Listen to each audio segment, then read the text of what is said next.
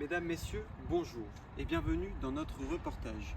On se retrouve ici à la Grapinière, dans la métropole de Lyon. Entre projets de réhabilitation et désenclavement urbain, les travaux empiètent sur la vie des habitants et je t'en parle dès maintenant.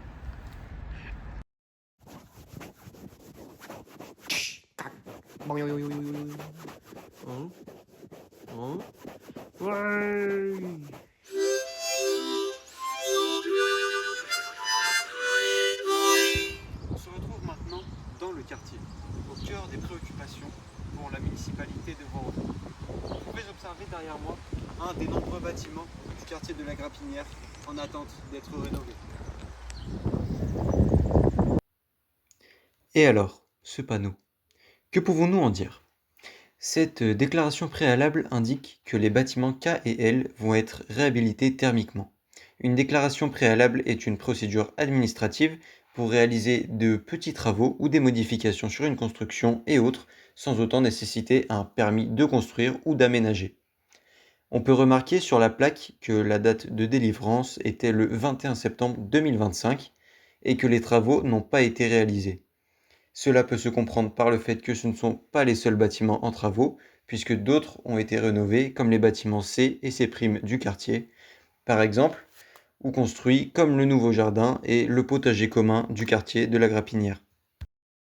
Et nous voici maintenant devant un des bâtiments en travaux de rénovation énergétique du quartier, et je vous laisse avec mon collègue Nolan vous expliquer plus en détail. Les travaux de rénovation énergétique reposent sur la volonté ou non des habitants. C'est-à-dire qu'on propose aux habitants de changer différents espaces, mais également le mobilier de leur appartement. Et ils ont le choix. Nous avons interviewé un jeune de 20 ans environ, résidant dans le quartier, qui nous disait avoir fait changer sa cuisine et sa salle à manger. Ce changement est une remise à neuf avec la peinture et le changement du mobilier qu'il a souhaité effectuer. Cette rénovation intérieure s'accompagne d'une rénovation du parement extérieur, ce que l'on peut observer sur la vidéo avec ces toiles blanches qui entourent le bâtiment. Je vous laisse en image pour introduire les nuisances que cela engendre.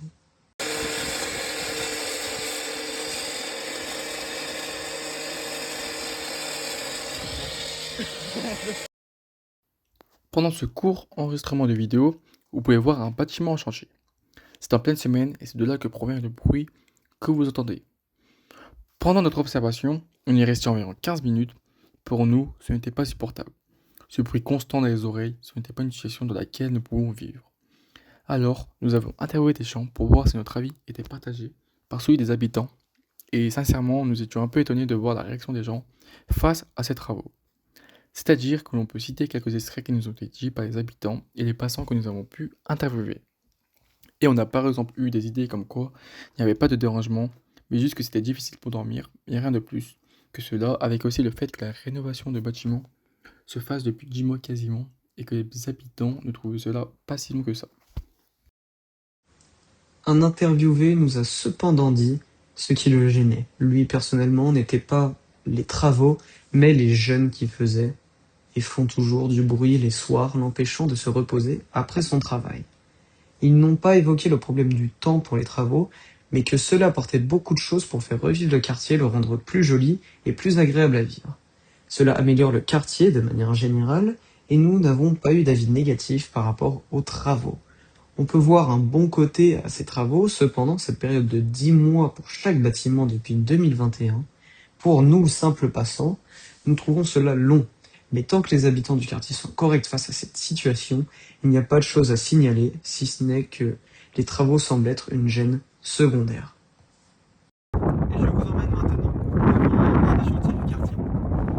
Entre nuisances sonores et pollution visuelle, je vous laisse avec mon cher collègue Ilyes vous en parler plus en détail. Cette image montre des bâtiments en construction. On peut voir des engins de chantier tels qu'une grue, des échafaudages, des bennes ou encore des barres en acier pour faire du béton armé.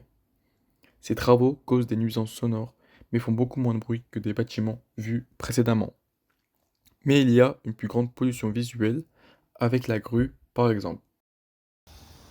Et c'est ici, au milieu de ces bâtiments rénovés, que s'achève notre visite. Nous pouvons alors montrer un quartier en pleine évolution, la Grapinière.